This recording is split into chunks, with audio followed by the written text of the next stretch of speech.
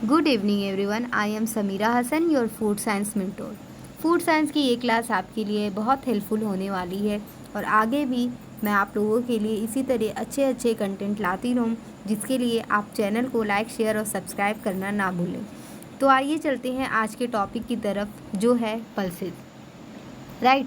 तो पल्सेस क्या होती है? पल्सेस जनरली हम लोग जानते हैं जो हमारे घरों में यूज़ होती है, जिसकी हम दाल बनाकर खाते हैं, और डिफरेंट डिफरेंट टाइप्स की वैराइटीज़ भी पल्सेस के थ्रू बनाई जाती है। राइट। तो ठीक पल्सेस वही है जो हम अपने डाइट में लेते हैं। पल्सेस की कैटेगरीज है। पल्सेस को 2 कैटेगरीज में डिवाइड किया गया है। जो होल एक कैटेगरी जो होती है वो होल पल्सेस होती है, और दूसरी जो होती है वो स्प्लिट पल्सेस होती है। होल पल्सेस हम उसे कहते हैं जो जिन्हें हम घरों में छिलके वाली दाल को यूज़ करते हैं। जो दाल छिलके के साथ आती है उसे हम होल पल्सेस कहते हैं। और होल पल्सेस का यूज़ करके भी हम फूड की कुछ वैराइटीज़ को बनाते हैं अपने अपने घरों में। और स्प्लिट पल्सेस वो पल्सेस होती है जिसे मीलिंग प्रोसेस के थ्रू उसके ऊपर से छिलका उतार दिया जाता है, और जनरली हम अपने घरों में उसी दाल का स्प्लिट पल्सेस का यूज़ करके जो है वो दालों को बनाते हैं। देन इस पल्सेस में एक और चीज़ हमें देखने के लिए मिलती है। जैसे जो होल पल्सेस होती है वो पूरी एक होल होती है ना, और उसके ऊपर से कवरिंग भी होती है। बस जो स्प्लिट पल्सेस होती है उसे 20 से जो है वो हाफ़ कर देते हैं, है ना, या 20 से जो है वो हाफ़ कर देते हैं, है ना। तो वो हमारी जो होती है वो होल स्प्लिट पल्सेस होती है, जिसके ऊपर छिलके भी नहीं हमें दिखाई देते हैं। Right. Annual leguminous crop, fruit और seeds, variable size, shape and colour within a pod. जो भी हमारी पल्सेस होती है, ल्यूगिनस क्रॉप होते हैं, वो उसके जो फल होते हैं और जो या फिर बीज होते हैं वो क्या होते हैं, अपनी वेरिएबल साइज, शेप और कलर के अकॉर्डिंग जो होते हैं वो डिफ्रेंशिएट किए जाते हैं, है ना। कलर के अकॉर्डिंग इन द सेंस हमारा मतलब हो गया, हम कहते हैं ना येलो वाली दाल, ब्राउन वाली दाल, ऑरेंज वाली दाल। तो इस तरीके से हम पल्सेस को आइडेंटिफाई करते हैं। तो पल्सेस की जो वैराइटीज़ होती है वो इसके ऊपर डिपेंडेंट होती है कि वो किस टाइप की हमारी पल्सेस है। The term is only used for dry pulses. ऐसे टर्म्स हम सिर्फ ड्राई पल्सेस के लिए यूज़ करते हैं। अब हमारे पल्सेस के क्या क्या इंपॉर्टेंस है, क्या महत्व है हमारे लाइफ में। It is main sources of plant based protein. ये जो होता है हमारा प्लांट बेस्ड प्रोटीन का एक मेन सोर्स माना जाता है। जैसे कि हमने जाना है कि जो भी हमारे पल्सेस, जो भी हमारे प्रोटीन रिच जो भी फूड होते हैं वो हमारा प्लांट बेस्ड में आ जाएगा प्रोटीन। और देन सारे जो होते हैं वो एनिमल बेस्ड होते हैं। एनिमल बेस्ड यानी कि मीट, फिश, एग जितने भी होते हैं उसमें हमें प्रोटीन बहुत अच्छे अमाउंट में पाया जाता है। बट प्लांट बेस्ड प्रोटीन जो होता है अगर पाया जाता है किसी चीज़ में तो वो है हमारी पल्सेस।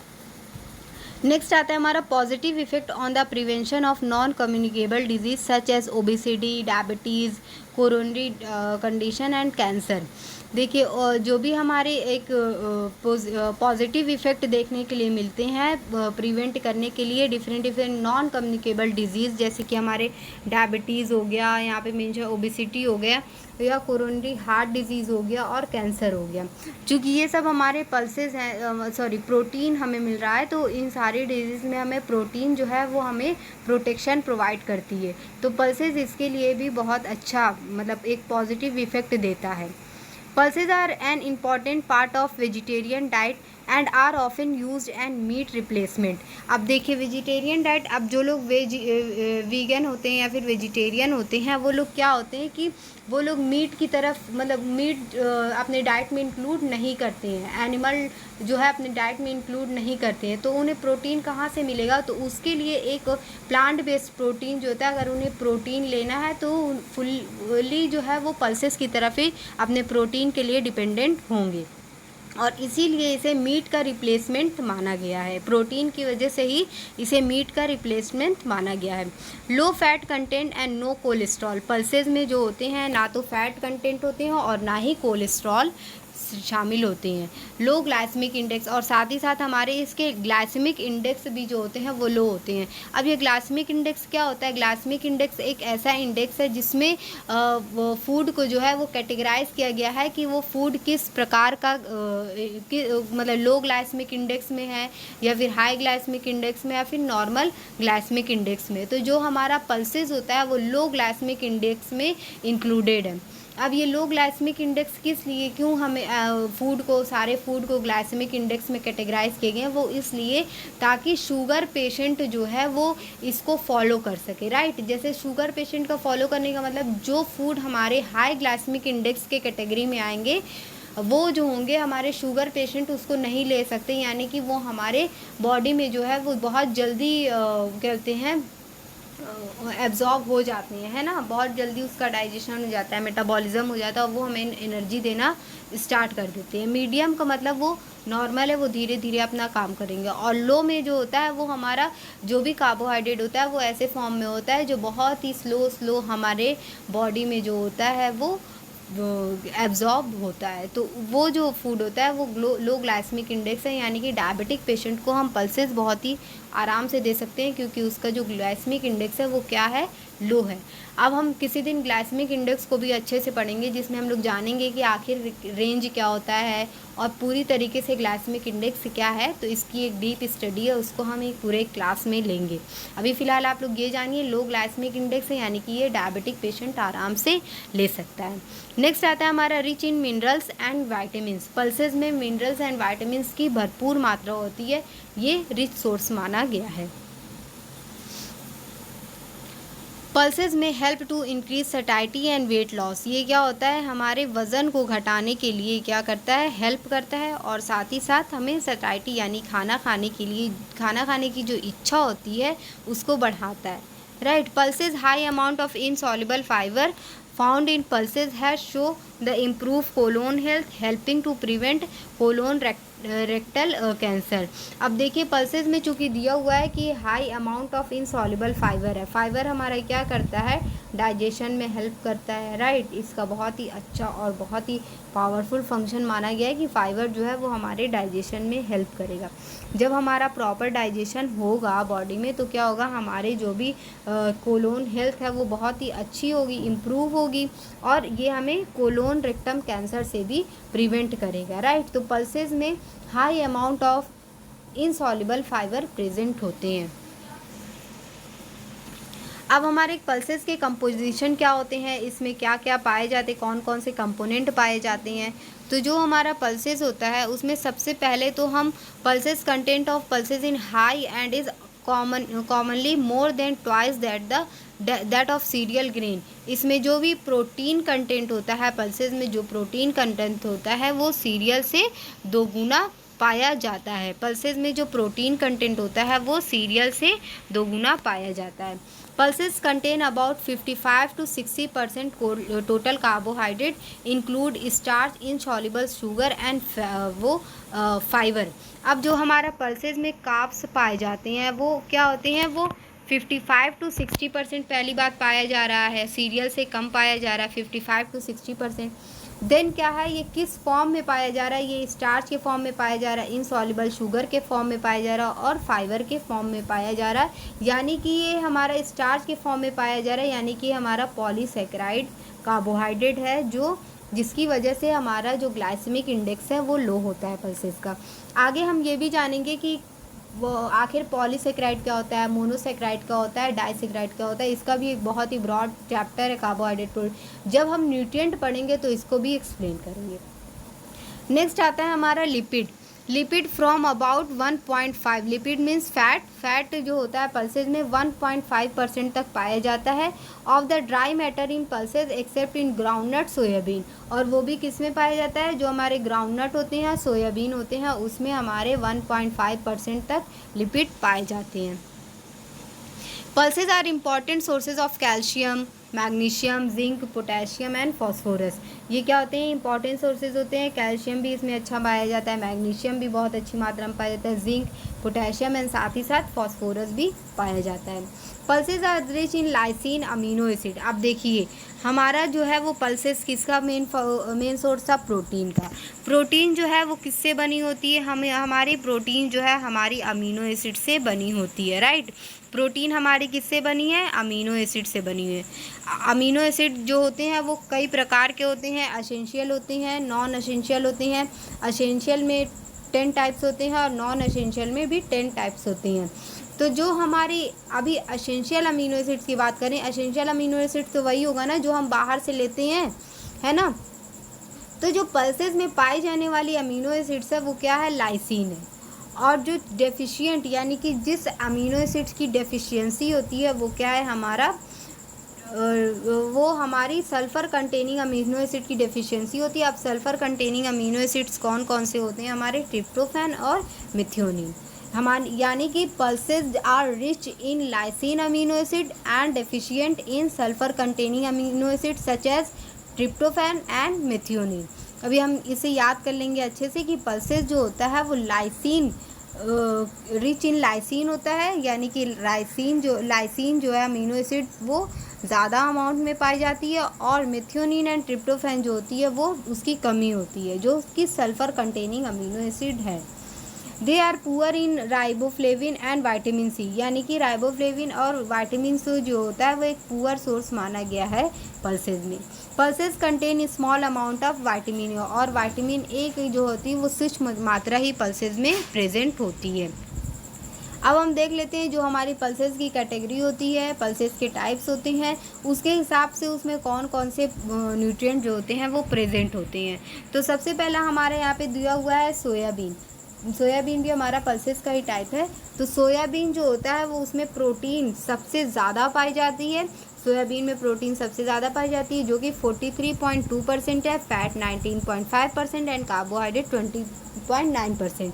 तो सोयाबीन का जो है ये देखिए आप सबसे ज़्यादा पाया जाएगा, यानी कि जो पल्सेस की कैटेगरी में सोयाबीन आता है उसमें सबसे ज़्यादा वो न्यूट्रिशियस होता है, और उसकी जो प्रोटीन का अमाउंट होता है वो सबसे ज़्यादा होता है। नेक्स्ट आता है हमारा ग्रीन पी जो हरा मटर होता है, उसके बाद उसमें 24 ग्राम ऑफ प्रोटीन पाया जाता है, 24% पाया जाता है, 1.3% फैट पाया जाता है, और 56.6% जो होता है वो कार्बोहाइड्रेट। इसी तरह जो हमारा ड्राई पी जो सूखा मटर होता है वो 19.6%, 1.1% फैट एंड 56.6% कार्बोहाइड्रेट। देन अरहर दाल जो हम खाते हैं वो 22.3% प्रोटीन, 1.7 फैट, 57.2 कार्बोहाइड्रेट। मसूर दाल जो होता है वो 25.1 protein, fat 0.7% and 59.7% of carbohydrate. Next black चना जो होता है वो हमारा 24% protein, 1.4% fat and 60.3% of carbohydrate. Next rajma 22.9% of protein, fat 1.3% and 60.5% of carbohydrate. Processing of pulses की प्रोसेसिंग कैसे की जाती है? Processing of pulses in primary importance of improving there the nutritive value. इसमें क्या किया जाता है कि जो भी इसकी प्रोसेसिंग की जाती है वो इसका प्राइमरी इंपॉर्टेंस जो होता है उसकी न्यूट्रिटिव वैल्यू को इम्प्रूव करना होता है, राइट। तो न्यूट्रिटिव वैल्यू को इम्प्रूव करने के लिए हम क्या करते हैं, सबसे पहले दाल को क्या करते हैं, सोक करेंगे, है ना। फिर उसका जर्मिनेशन कर सकते हैं जिससे उसकी न्यूट्रिटिव वैल्यू जो होगी वो इम्प्रूव होगी। डिटॉर्टिफिकेशन कर सकते हैं, कुकिंग कर सकते हैं और फर्मेंटेशन कर सकते हैं। अब आगे हम इन सब को देखेंगे इससे क्या कैसे न्यूट्रिटिव वैल्यू जो होती है वो इम्प्रूव होती है ना। तो सबसे पहला आ गया हमारा शोकिंग हम पढ़े थे ना। तो शोकिंग से कैसे हमारी जो न्यूट्रिटिव वैल्यू इम्प्रूव होगी, तो shocking reduce the amount of phytic acid in pulses. जो भी हमारे फाइटिक एसिड जो होते हैं वो एक क्या होते हैं, हमारे एक एंटी न्यूट्रिशनल फैक्टर होते हैं, यानी कि इसके ये जो होता है हमारे बॉडी में हार्मफुल इफ़ेक्ट क्रिएट करता है ना। तो अगर हम दाल को सोक कर देंगे तो वो क्या होगा कि दाल को सोक करने के बाद फाइटिक एसिड जो होता है वो घुल जाता है ना, पानी में घुल जाता है। फिर उसके बाद जब हम उसको वॉश करते हैं तो जितने भी हमारे फाइटिक एसिड होते हैं वो पानी में आ जाते हैं। देन हम पानी को जो होता है वो डिस्कार्ड कर देते हैं, तो उसकी न्यूट्रिटिव वैल्यू इन्हेंस हुई ना। नेक्स्ट आता है मेक इजली डाइजेस्टेबल, जिसकी वजह से जब फाइटिक एसिड उसमें नहीं होगा, यह एंटी डाइजेस्टेबल फैक्ट कंपोनेंट होता है फाइटिक एसिड, जो हमारे फूड को अच्छे से डाइजेस्ट नहीं होने देगा। तो जब फाइटिक एसिड रिमूव हो गया हमारी दाल से तो वो क्या, उस दाल को हम अच्छे से क्या करेंगे, डाइजेस्ट कर पाएंगे। क्लियर। देन हमारा आता है जर्मिनेशन के प्रोसेस में क्या होता है, जर्मिनेशन प्रोसेस जो होता है improve nutritive quality of pulses. इससे क्या होता है हमारी न्यूट्रिटिव क्वालिटी जो होगी वो इम्प्रूव होगी। दूसरा इंक्रीज एस्कॉर्बिक एसिड, और इसकी वजह से जो होगा एस्कॉर्बिक एसिड हमारी इंक्रीज होगी। जर्मिनेशन मतलब आप समझ रहे हैं ना कि क्या होता है जर्मिनेशन, अंकुरित जब हम दालों को अंकुरित करते हैं, जस्ट लाइक जब हम उसे सोक करके रख देते हैं फिर उसके बाद उसका पानी निकाल कर उसको अच्छे से वॉश करके देन उसको भीगी अवस्था में ही हम कहीं ऐसी जगह रखते हैं जहाँ का टेम्परेचर थोड़ा हाई होता है। तो एक दिन के बाद जो होता है उसमें से क्या वो जर्मिनेट होने लगता है ना, जैसे क्या बोलते हैं आप, वो जर्मिनेटेड आप चना देखे होंगे, पल्सेस देखे होंगे, तो वो क्या होता है जर्मिनेट होने लगता है। स्प्राउट्स देखे हैं ना, स्प्राउट्स उसमें से आने लगते हैं। तो जब ये हो जाता है, पल्सेस को हम जर्मिनेट कर देते हैं और उसमें से स्प्राउट्स आने लगते हैं, तो उसमें एस्कॉर्बिक एसिड जो होता है, जैसा कि हमने पहले देखा था, विटामिन सी जो होता है वो पुअर सोर्सेज होता है पल्सेस का। तो अगर हम पल्सेस को जर्मिनेट कर देंगे तो विटामिन सी उसमें क्या हो जाएगा, इम्प्रूव हो जाएगा, इंक्रीज हो जाएगा, right. The riboflavin, niacin, choline and biotin content of all pulses increase during germination। और जर्मिनेशन करने से क्या होगा, साथ ही साथ हमारा राइबोफ्लेविन, नियासिन, कोलिन, बायोटिन जो होगा वो भी साथ में इम्प्रूव होगा। तीसरा, reduce the most of the anti nutritional and toxic factor in pulses. और जितने भी हमारे anti nutritional and toxic factor होंगे वो भी क्या होंगे, साथ ही साथ रिड्यूस हो जाएंगे। तो जर्मिनेशन से क्या हो रहा है, सबसे पहले हमारी न्यूट्रिशनल क्वालिटी इंप्रूव होगी। कैसे, वो उसका जब हम जर्मिनेशन करेंगे तो उसमें एस्कॉर्बिक एसिड इंक्रीज होगा, साथ ही साथ riboflavin, niacin, choline, biotin and all pulses content of all, यानी कि वाइटामिन जो होगा इसमें इंक्रीज़ होगा। और फिर उसके बाद क्या होगा कि जितने भी हमारे एंटी न्यूट्रिशनल फैक्टर होते हैं, टॉक्सिक फैक्टर होते हैं, वो हमारी दालों में से रिड्यूस हो जाते हैं। नेक्स्ट आता है हमारा डिकॉर्टिफिकेशन, ठीक है। तो ये है, dry pulses have broad seed and the coat husk of skin which often the indigestible and may have a bitter taste. इसमें क्या होता है, जो भी हमारी साबुत दालें होती हैं वो क्या होती हैं, वो हमारे क्या होते हैं, हस्क और स्किन के जो साथ होती हैं उसमें क्या होता है कि हमारे इनडाइजेस्टिबिलिटी फैक्टर होते हैं, मतलब कि वो हम डाइजेस्ट अच्छे से नहीं कर पाते हैं ना।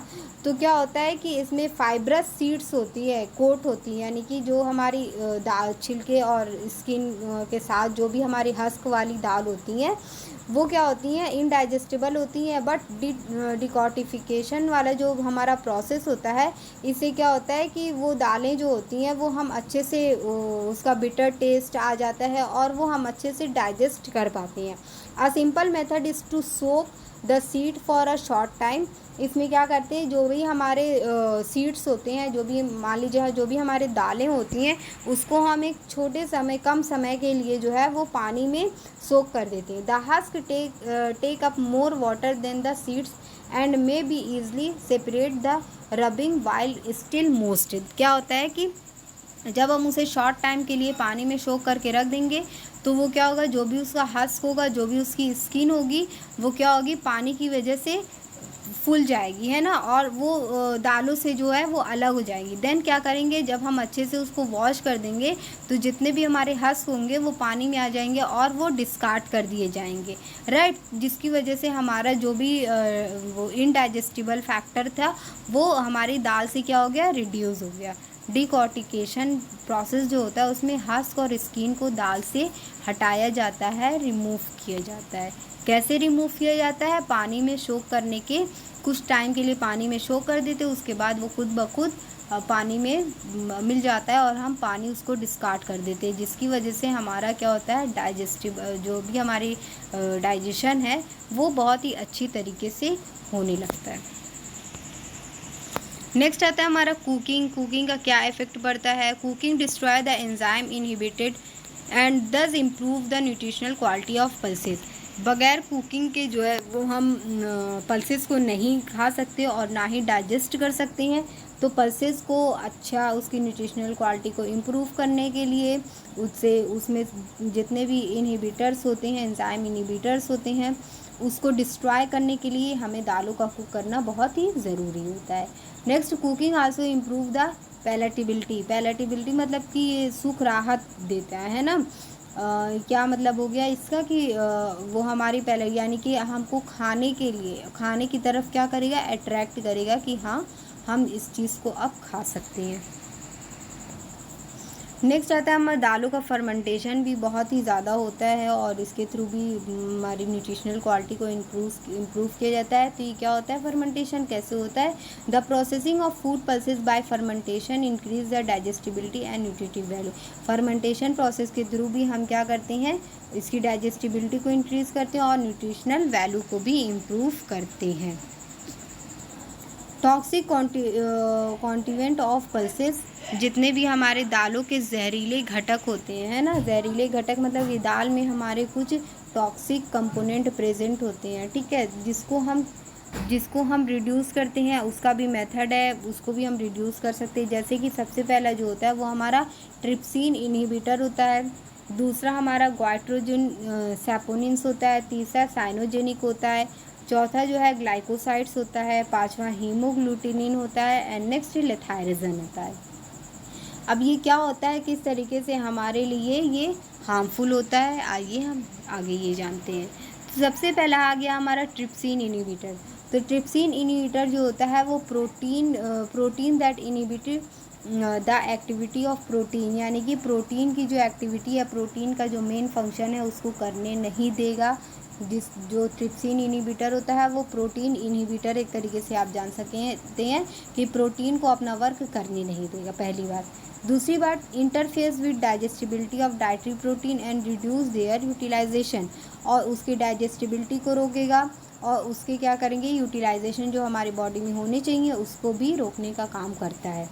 तीसरा, किस फूड में किस प्रकार की दाल में ये पाया जाता है, तो पहला आ गया हमारा सोयाबीन, दूसरा हमारा किडनी बीन जिसे हम राजमा कहते हैं, राइट।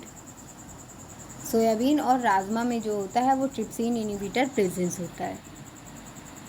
नेक्स्ट आता है हमारा लेथायरोजिन। लेथायरोजिन क्या होता है, कॉज लेथायरिज्म, इसकी वजह से लकवा जिसे हम कहते हैं, है ना, जो नॉर्मल लैंग्वेज में लकवा कहते हैं, cause lathyrism, nervous disease and cripples man.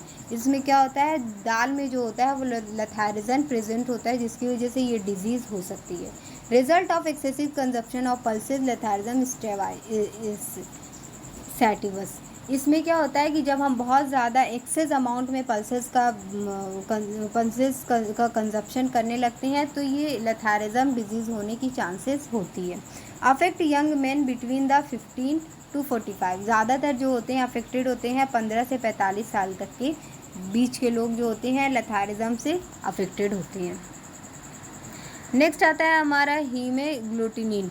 ये क्या होता है, प्रोटीन इन नेचर, इसका नेचर जो होता है वो प्रोटीन होता है। अकर वाइडली इन लिग्यूमिनस सीड, ये क्या होते हैं, लिग्यूमिनस सीड में प्रेजेंस होते हैं। Reduce the food intake resulting a poor health, और क्या होते हैं ये हमारे जब भी हम इसका इनटेक करने लगते हैं तो ये हमारे पुअर हेल्थ, यानी कि जो हमारे आयरन बनने की जो क्षमता होती है ना, मतलब ब्लड बनने की जो क्षमता होती है उस पर ये अटैक करता है।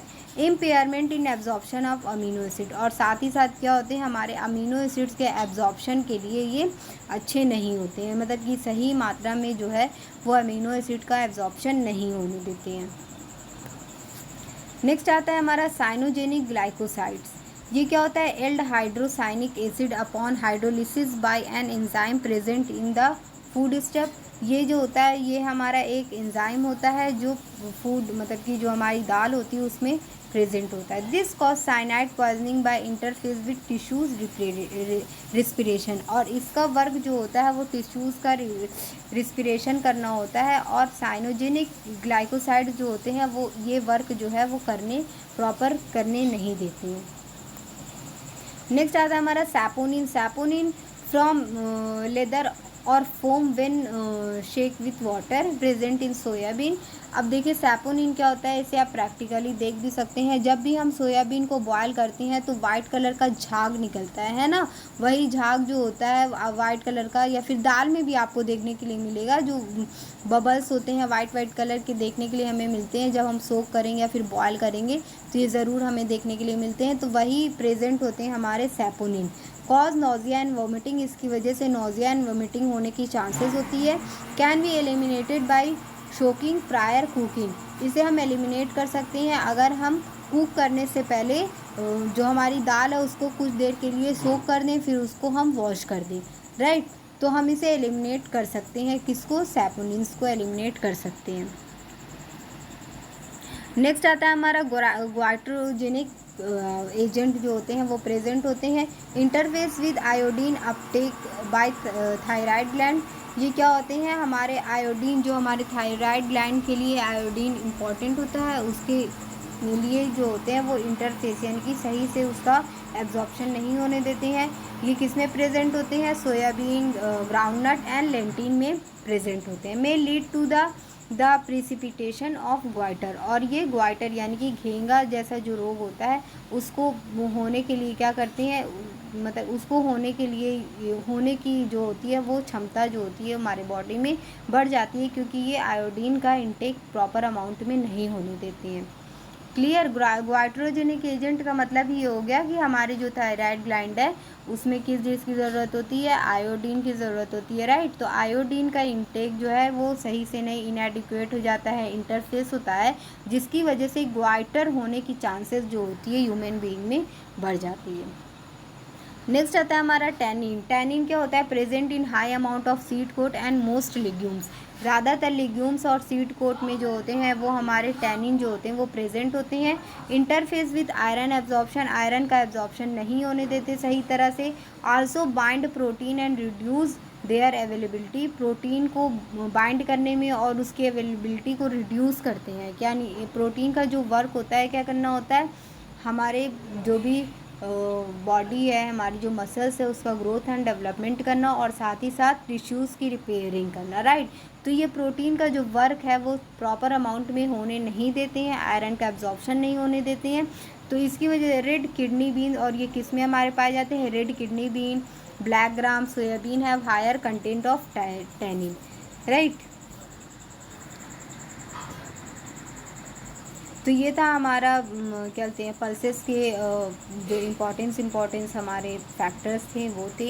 एक बार हम इससे फिर से रिवीजन कर लेते हैं, क्योंकि इसमें बहुत सारे ऐसे हमारे टर्म्स हैं जो आपको जल्दी याद नहीं होंगे, बट बहुत ही शॉर्ट एंड सिंपल आपके नोट्स हैं। आप चाहें तो इसे नोट्स प्रिपेयर कर सकते हैं, और इसमें जो भी हमने देखा है, जो भी हमारे एंटी न्यूट्रिशनल फैक्टर होते हैं वो हमें जानना बहुत ही इम्पॉर्टेंट होता है। तो वो एंटी न्यूट्रिशनल फैक्टर जो होते हैं वो किस तरीके से हमारे बॉडी पर अफेक्टेड होते हैं, और वो किन दालों में पाए जाते हैं, और उसे किस तरीके से रिमूव किया जा सकता है, ये आप ज़रूर देखिएगा। और एक बार हम इसे रिवीजन कर लेते हैं। तो जो पल्सेस होती है उसकी दो कैटेगरी होती है, whole pulses and split pulses. Whole pulses जो छिलके वाली पल्सेस होती है, और स्प्लिट पल्सेस जो होती है वो मिलिंग प्रोसेस के थ्रू उसका छिलका हटा दिया जाता है और उसे स्प्लिट यानी कि उसे तोड़ दिया जाता है, आधे आधे भाग में कर दिया जाता है। जो हमारी लिग्यूम्स की जो भी हमारे क्रॉप्स होते हैं वो क्या होते हैं, वो वेरिएबल शेप एंड कलर के अकॉर्डिंग जो होते हैं वो डिफ्रेंशिएट किए गए हैं।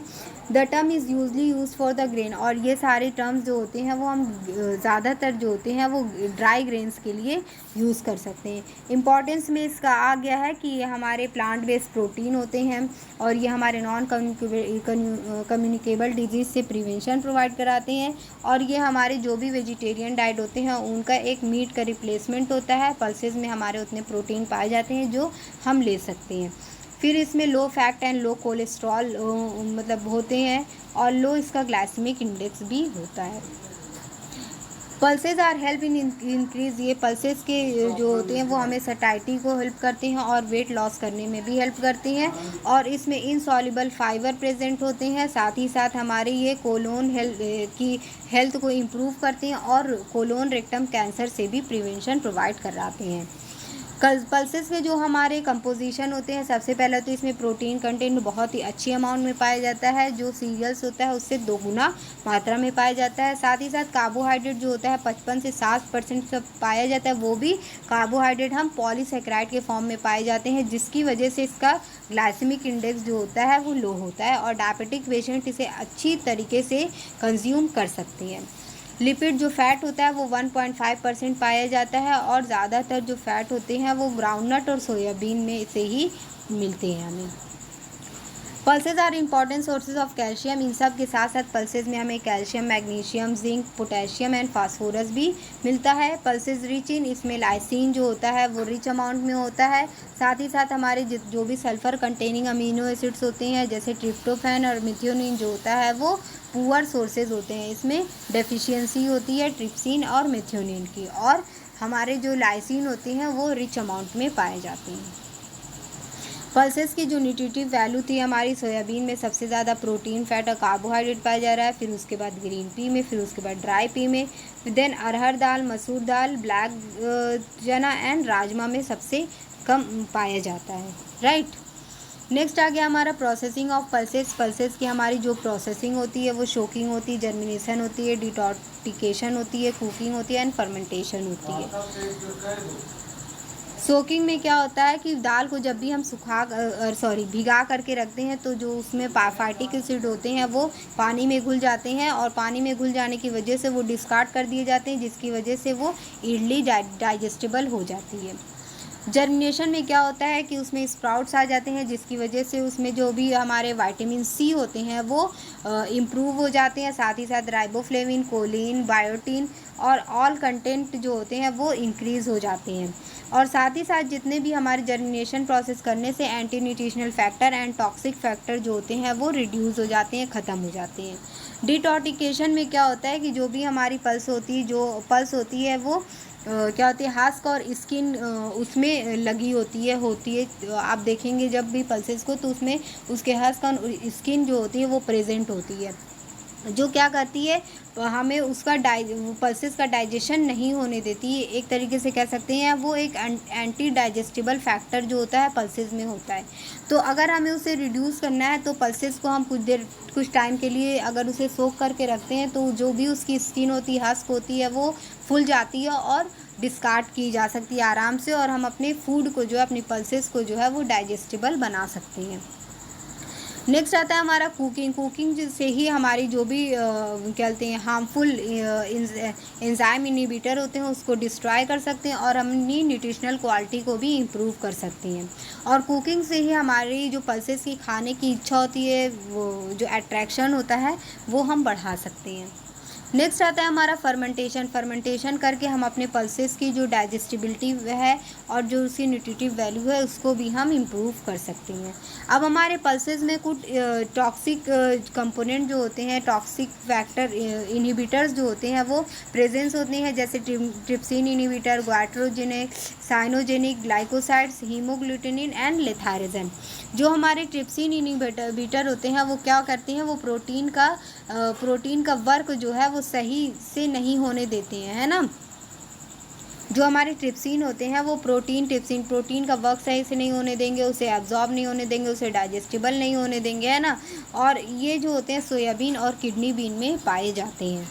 लेथायरजन में मतलब वो जो होता है, जो हमारी लकवा डिजीज़ जो हम नॉर्मल लैंग्वेज में जानते हैं, वो उसके भी फैक्टर्स हमारे पल्सेस में प्रेजेंस होते हैं। और जब बहुत ज़्यादा एक्सेस अमाउंट में हम पल्सेस का कंजप्शन करने लगते हैं तो ये डिज़ीज़ होने की चांसेस जो होती है वो होती है, और ये ज़्यादातर 15 से 45 साल के बीच में होती है। हीमोग्लूटिनिन मतलब कि हीमोग्लोबिन बनने की जो क्षमता होती है उसे में जो होता है वो ये एंटी फैक्टर होता है, यानी कि हीमोग्लोबिन का फॉर्मेशन सही अमाउंट में नहीं होने देगा। इसका नेचर जो होता है वो प्रोटीन होता है। ये लिग्यूमिनस सीड में ज़्यादातर पाए जाते हैं। Reduce the food intake resulting in poor health, और इसकी ये क्षमता होती है कि हमें फूड इंटेक खाना खाने की जो हमारी क्षमता होती है उसको कम करती है, जिसकी वजह से हमारी हेल्थ पुअर होने की चांसेस होती है। Impairment of absorption of amino acids, और साथ ही साथ में जो भी हमारे अमीनो एसिड के एब्जॉर्प्शन होते हैं उसको सही से नहीं होने देती है। नेक्स्ट आता है हमारा साइनोजेनिक ग्लाइकोसाइड्स। ये क्या होता है, ये yield hydrocyano acid upon hydrolysis by enzyme and present in food stuff. जो हमारी पल्सेज होती है उसमें ये एंजाइम प्रेजेंट होती है, जिसकी वजह से साइनाइड जो है poisoning by interfacing with tissues represent. Cyanide poisoning जो होती है वो बढ़ जाती है हमारे बॉडी में, जिसकी वजह से हमारा टिश्यूज़ का रिस्पिरेशन जो है वो डिस्ट्रॉय होने लगता है, कम होने लगता है। नेक्स्ट आता है हमारा सैपोनिन। सैपोनिन मैंने बताया वो जो वाइट कलर के हमारे वो कंपोनेंट थे जो हमें फूड को, सोयाबीन को अगर हम बॉयल करेंगे तो हमें देखने के लिए मिलेगा, फिर सोक करेंगे तो देखने के लिए मिलेगा। तो वही हमारा सैपोनिन्स होता है। सैपोनिन जो होता है वो हम सैपोनिन जो होता है वो उसे हम रिड्यूस कर सकते हैं आसानी से अगर हम दालों को सोक करके कुछ टाइम के लिए रखें और अच्छे से उसे वॉश कर दें, तो सैपोनिन हमारे दाल से रिड्यूस हो सकता है। और अगर ये प्रेजेंट होगा और उसी अवस्था में उसे कुक कर देंगे, बना देंगे, देन खा लेंगे, तो नोज़िया एंड वोमिटिंग होने की चांसेस होती है। ज़्यादातर ये सोयाबीन में प्रेजेंट होता है। क्लियर? आई होप आपको बहुत अच्छे से ये समझ में आया होगा। और नेक्स्ट क्लास में हम मीट फिश एग के बारे में एक्सप्लेन करेंगे और उसे जानेंगे कि आखिर वो क्या होता है। तो अगर आपको मेरा सेशन ये अच्छा लगा तो प्लीज़ इसे लाइक एंड शेयर ज़रूर करें। Thank you so much.